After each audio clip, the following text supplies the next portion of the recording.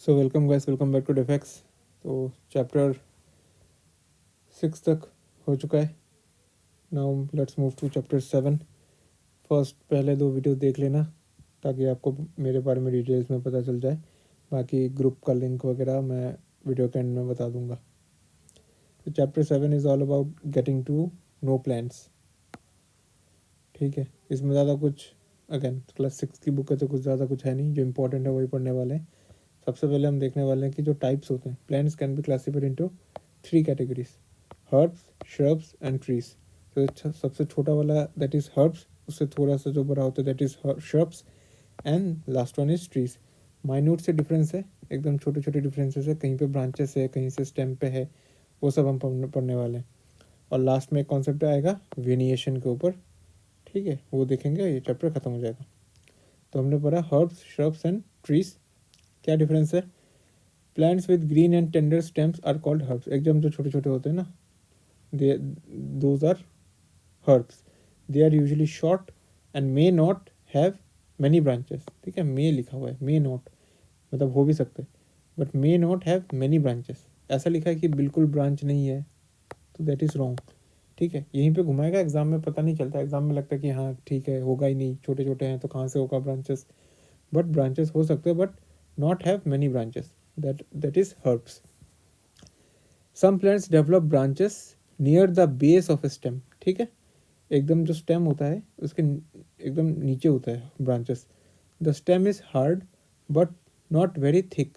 Such plants are called shrubs. तो ये shrubs हो गया, अब यहीं पे देख सकते हो, है ना, एकदम स्टेम के नीचे से ये इन्होंने ब्रांच इसके आया हुआ है, तो that this is a shrub.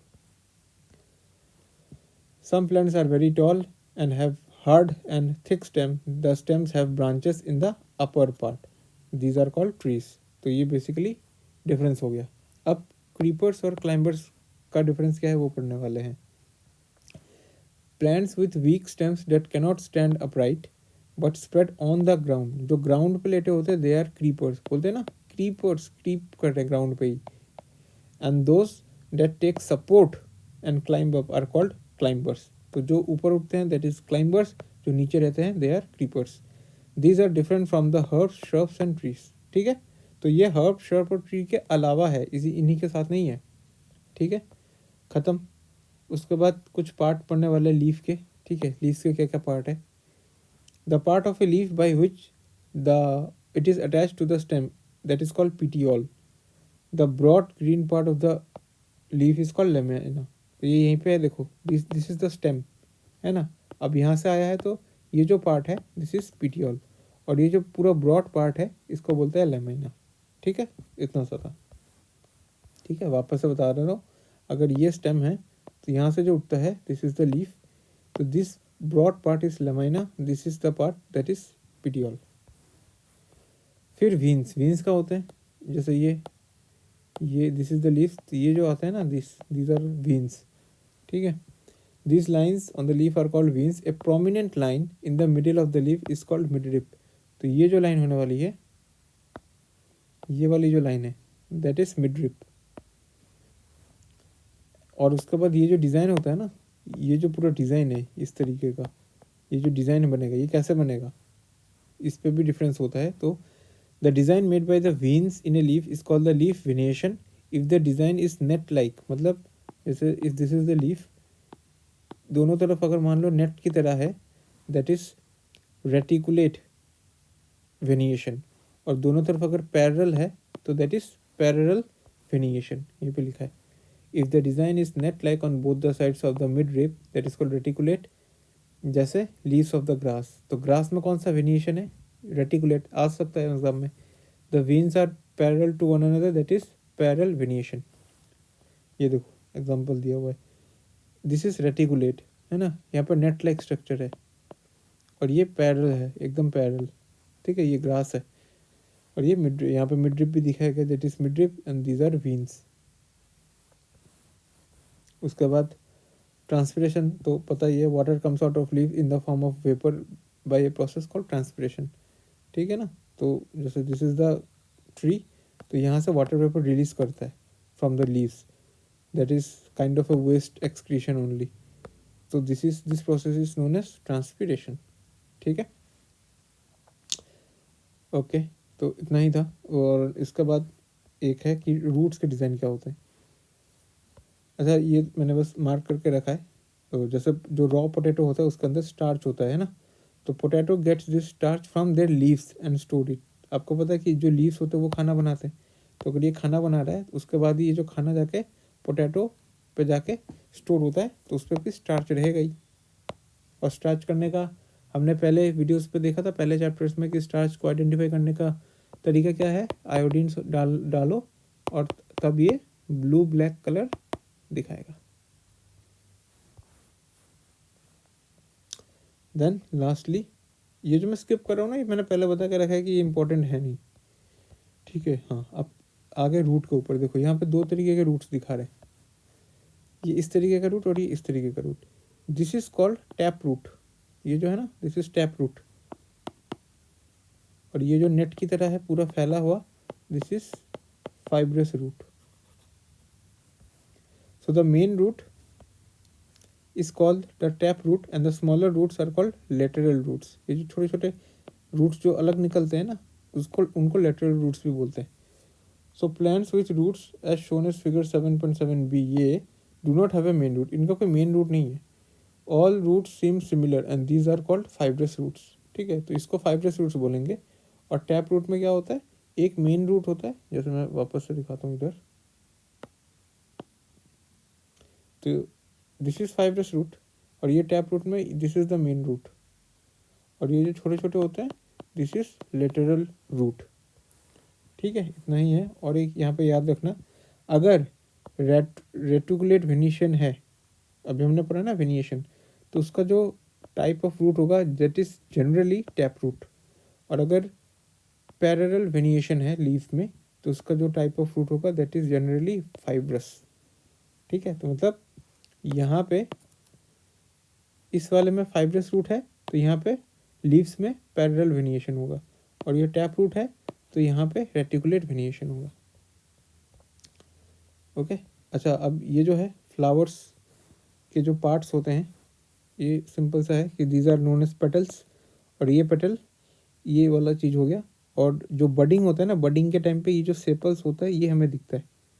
ठीक है, और ये सेपल जब बड हो जाता है, फ्लावरिंग होता है, तब ये छुप जाता है। ठीक है, छोटा सा पार्ट था, मैं सोचा बता दूं।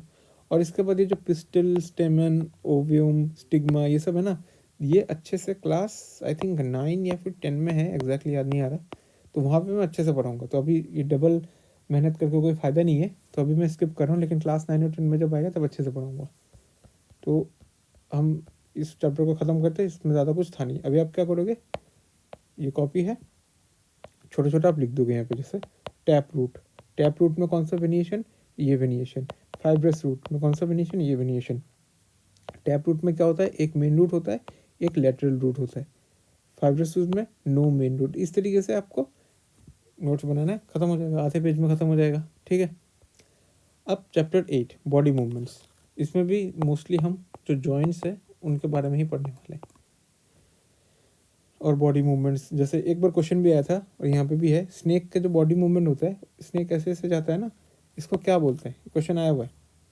तो होल बॉडी मूव करती है स्नेक की, उसको बोलते हैं स्लिदरिंग। ठीक है, मैं सुनना भी होगा, स्लिदरिंग।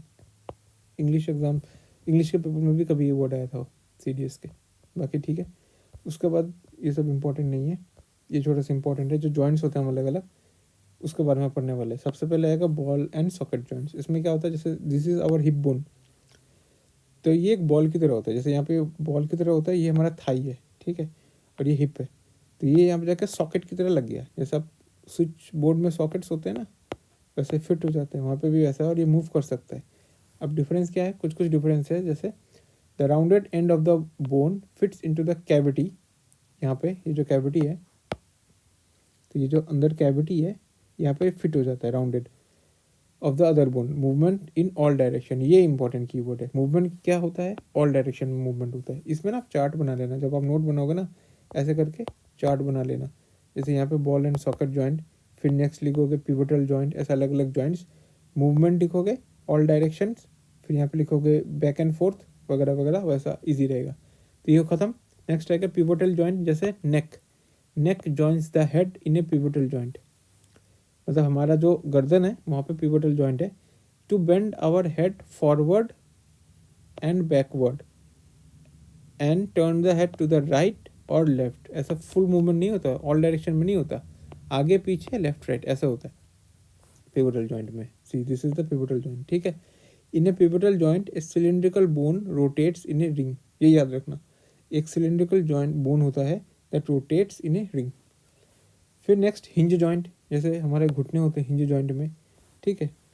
हिंज जॉइंट जैसे दरवाजे का हिंज नहीं होता, दरवाजा जो होता है ऐसे यहाँ पे हिंज लगे होते हैं, ठीक है, तो ये आगे पीछे मूव कर सकते हैं, वैसा ही है।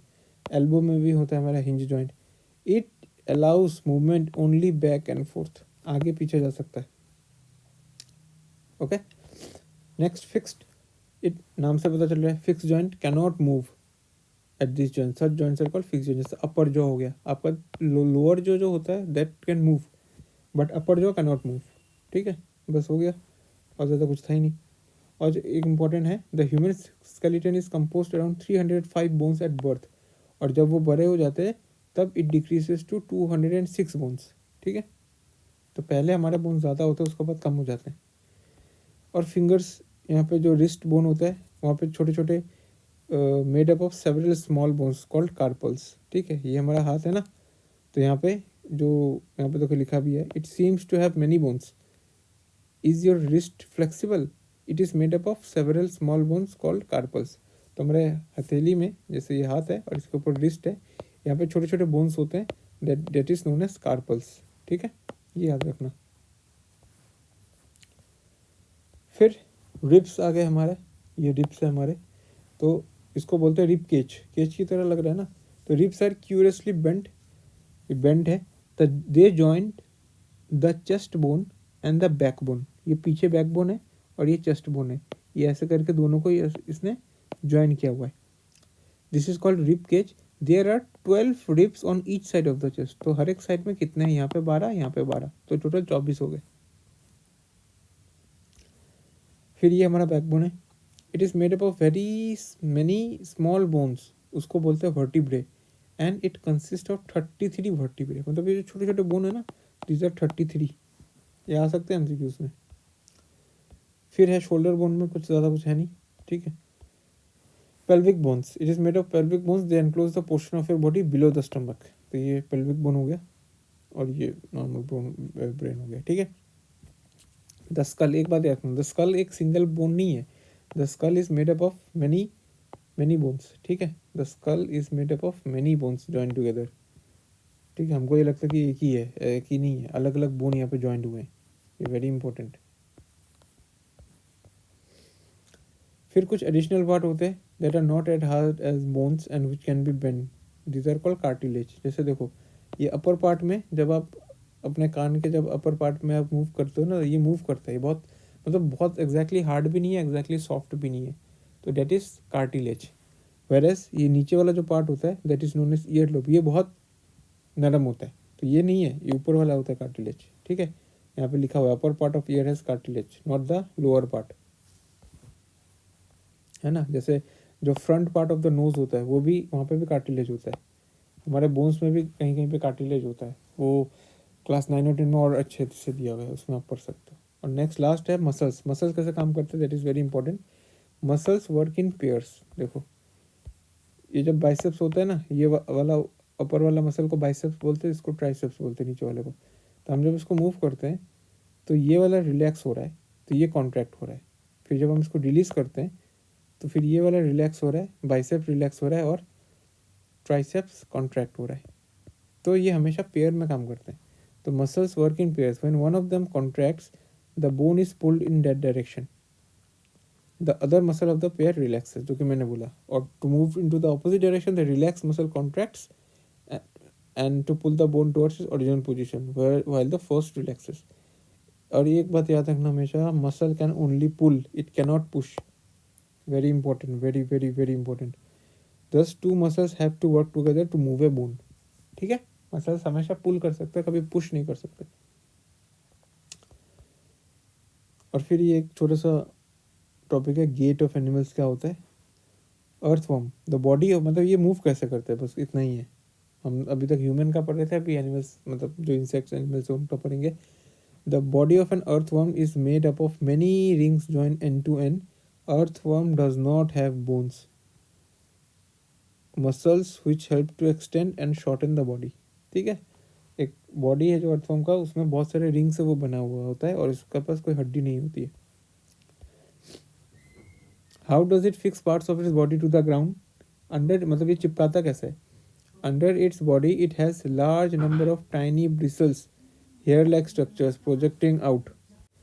Bristles projecting out. The bristles are connected with muscles. The bristles help to get a good grip of the main है bristles। ये कहाँ पे है? earthworm में। इतना याद रखना से हो जाएगा। ठीक है, this activity of an earthworm makes the soil more useful for plants because the earthworm actually eats its way through the soil। तो मिट्टी खा के आगे बढ़ता है, रास्ता बनाता है। नेक्स्ट है snail. The outer part of the, जो स्नेल होता है ना, ये this is outer skeleton of the snail but it is not made of bones. ये बोन नहीं है। ठीक है, the shell is a single unit and does not help in moving from place to place, it has to be dragged along. ये कोई हड्डी नहीं है, इतना ही बताना था। फिर cockroach, they have 3 pairs of legs, 6 legs होते हैं। It is cover with a hard outer skeleton, इसके ऊपर स्केलेटन होता है। This outer skeleton is made up of number of plates join together and that permits movement.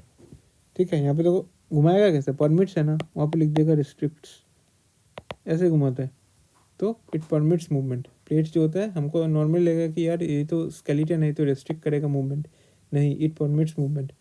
Cockroaches have distinct muscles, अलग अलग muscles भी है उनको। ठीक है, जैसे फ्लाइंग के लिए अलग मसल्स है, वॉकिंग के लिए अलग मसल्स है। ख़त्म। बर्ड्स, ये मोस्ट ऑफ दम आपको पता ही होता है कि जब बोन होते हैं बर्ड्स के, they are hollow and light because they have to fly, तो वो बहुत हल्के होते हैं। Next fish. फिश का एक इम्पोर्टेंट है कि उनकी बॉडी स्ट्रीमलाइन होती है। स्ट्रीमलाइन का मतलब क्या होता है? ऐसे यहाँ से लेकर ऐसे टेपर शेप के होते हैं वो। ठीक है, ऐसे। The head and tail of the fish are smaller, this is smaller, है ना। और टेलर को जो हेड होता है और टेल होता है, that is smaller than the middle portion. Middle portion देखो ब्रॉड है और ये वाला छोटा है। The body tapers at both the end, this shape is called streamline. ठीक है, तो फ्रंट पार्ट और बैक पार्ट जो होता है वो छोटा होता है, मिडिल पार्ट ब्रॉड होता है, this shape is called streamline shape. और ये फिश की मूवमेंट होती है, मतलब इसका जो फेस होता है, इसका जो टेल होता है ना, वो अपोजिट मूवमेंट में पुश करता है। अगर ये लेफ्ट में है तो ये राइट में है। ठीक है, ये देख लो, ये राइट में है तो ये लेफ्ट में है, इस तरीके से मूव करता है एक कर्व बना के। The fish forms a curve.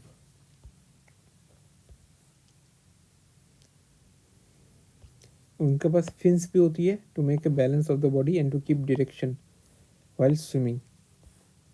Snacks have a long backbone. ठीक है, स्नेक्स का भी बैकबोन होता है। They have many thin muscles, they are connected to each other though they are far from one another. ये अलग सा मेरे को पॉइंट लगा तो मैंने हाईलाइट कर दिया है। They are connected to each other even though they are far from one another.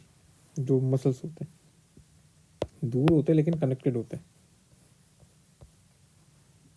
और एक एंशिएंट जो ग्रीक फिलोसोफर था एरिस्टोटल, उसी का बुक का नाम था गेट ऑफ एनिमल्स, वहीं पे यहाँ ये सब लिखा हुआ है।